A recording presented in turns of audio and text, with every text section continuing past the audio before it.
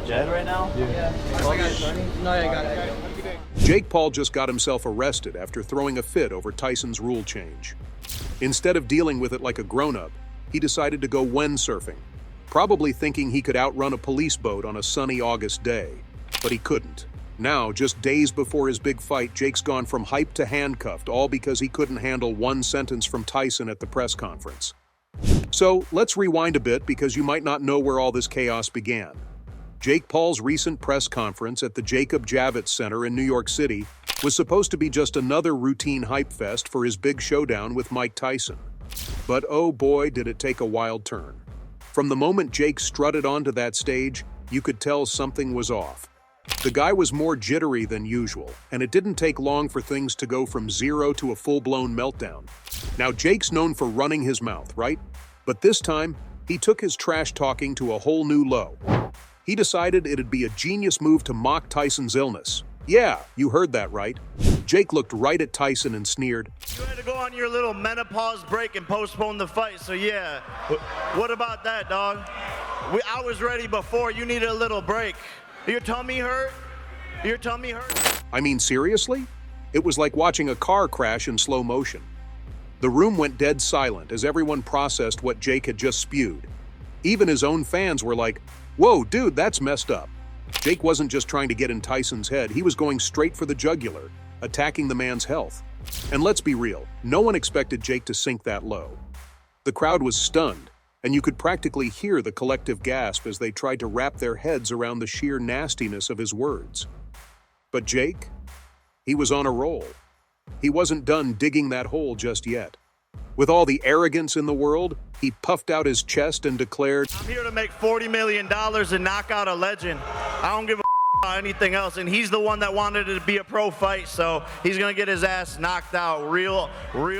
For Jake, this fight wasn't about respect, legacy, or even the sport.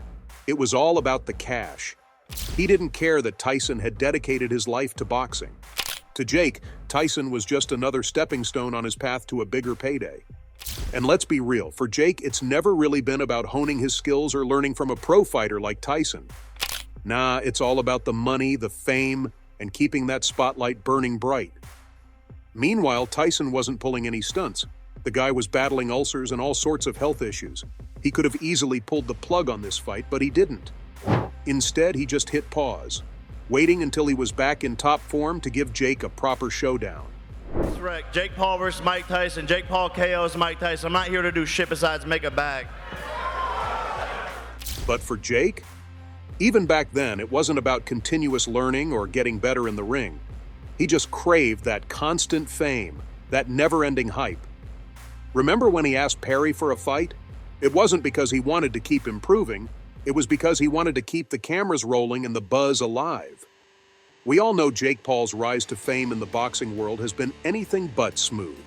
It's been a bumpy ride filled with controversies that would make even a soap opera look tame. Sure, his bravado and massive social media following have kept him in the limelight. But let's not kid ourselves. People have serious doubts about the legitimacy of his victories.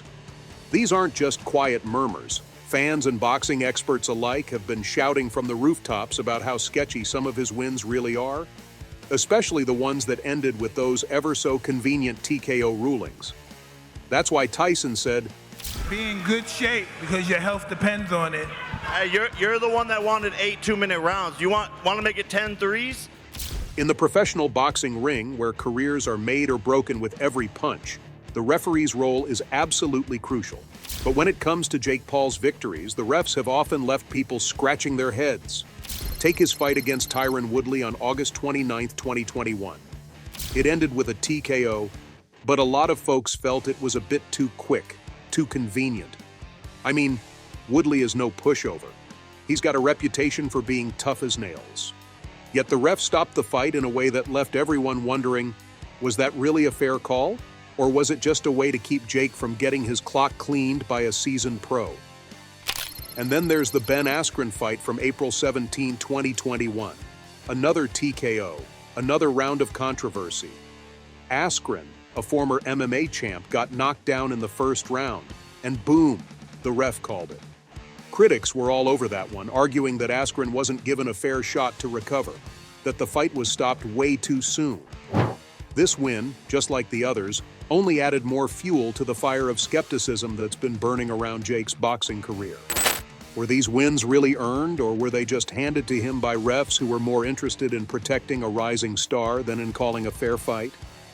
This cloud of doubt isn't just a tiny shadow in the corner of Jake Paul's career. It's a massive storm hanging over every victory he claims. And Mike Tyson, the living legend himself, knew this all too well. So when Tyson introduced the knockout-only rule for their upcoming fight, it wasn't just a technical tweak, it was a strategic power move. Tyson wanted to make sure that this fight would be decided by pure skill and raw power, with zero room for controversy or questionable calls by the ref.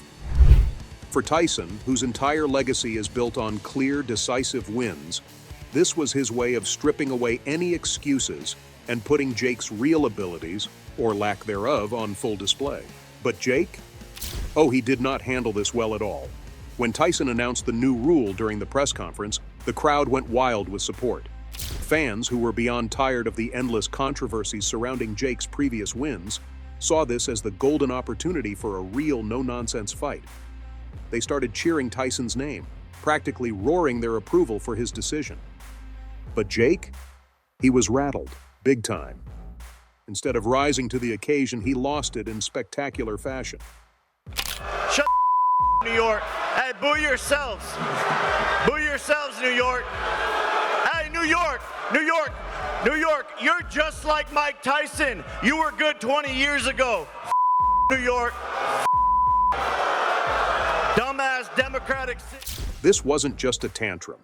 It was a full-on meltdown that gave everyone a peek into what was really going on in Jake's head.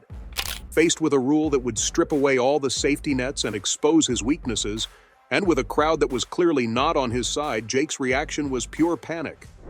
His words weren't just disrespectful. They were a clear sign that the pressure was getting to him, that his usual cocky facade was cracking under the weight of reality. But Jake's outburst also shined a spotlight on something else: his broken promises. During the initial negotiations for the fight, Jake had made this big, bold claim that he'd fight on Tyson's terms, saying, "I'll fight on your grounds, your rules." It was supposed to be this moment of bravado, showing everyone that he wasn't afraid of the challenge. But now, with the cold, hard reality of those rules staring him in the face, Jake was doing everything he could to back out. The bravado was fading fast, replaced by a desperate scramble to get out of a situation that was clearly way out of his comfort zone. Tyson's legal team didn't waste a second. They started drafting a lawsuit that would make even the boldest lawyers think twice. On August 21, 2024, they filed the complaint in the New York Supreme Court, laying out in meticulous detail how Jake had broken his promise. This wasn't just about Jake backing out of a fight. It was about him trying to twist the narrative and dodge a fair fight under the very rules he'd agreed to. Tyson's lawyers wanted to make sure Jake couldn't just walk away unscathed. They were pushing for an injunction to stop him in his tracks. This move by Tyson was a power play, plain and simple. It wasn't just about one fight. It was about making a statement. Tyson, a man who's built his career on honor, discipline, and no-nonsense victories, was sending a loud and clear message. In his world, there's no room for dishonesty or disrespect. The legal action threw the entire boxing world into a frenzy. Suddenly, the fight everyone was gearing up for, the big showdown on November 15, 2024 at AT&T Stadium in Arlington, Texas, was hanging by a thread. Fans and analysts were on the edge of their seats, wondering if the fight would even happen, or if it would be derailed by the brewing legal storm. Now, Tyson could have easily let his temper take over. We've all seen what happens when Mike Tyson gets mad. But he didn't. Why? Because Tyson's learned a few things over the years, like the fact that flying off the handle usually ends up with him in handcuffs. On November 15th. Absolutely, that's going to happen, but this is what I learned from prior experience. When that tough guy Mike Tyson comes out, when it's not necessary to come out, I'm always in handcuffs. So I'm very careful when that guy comes. Tyson said, referring to the side of him that used to settle scores with his fists first, questions later. That's the Tyson who dominated the ring, who took no prisoners, But that's also the Tyson who knows that path leads right back to a life he spent years trying to leave behind. He even admitted, Get ready to get in a fight, I break out in handcuffs. But it's a stark reminder of just how thin the line is for Tyson between staying cool and losing control. He's lived a life where one wrong move could send everything spiraling.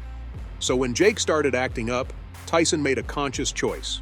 So by bringing in his legal team, Tyson wasn't just enforcing a contract. He was protecting himself from the darker parts of his own past. He chose to address the situation in a way that kept everything above board, avoiding the traps that had caught him before. It was his way of showing that he had learned from his mistakes, that he wasn't going to let Jake Paul, or anyone else, pull him back into the mess he'd worked so hard to clean up.